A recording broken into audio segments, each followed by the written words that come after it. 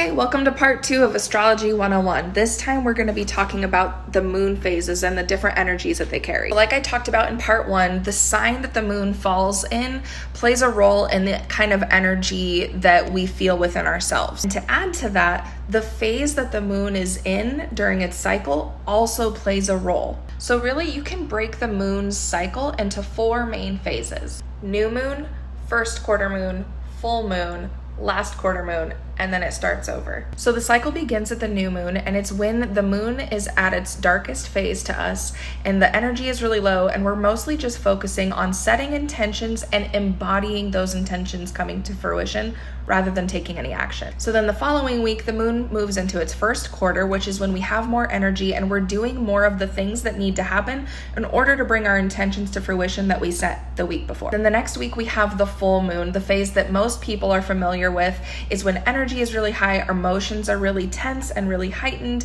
and things that we normally can hide to ourselves, the moon is going to shed light on it and we're not going to be able to hide it. So it's a good time to honor your true emotions, maybe sit with and honor your inner child and your higher self.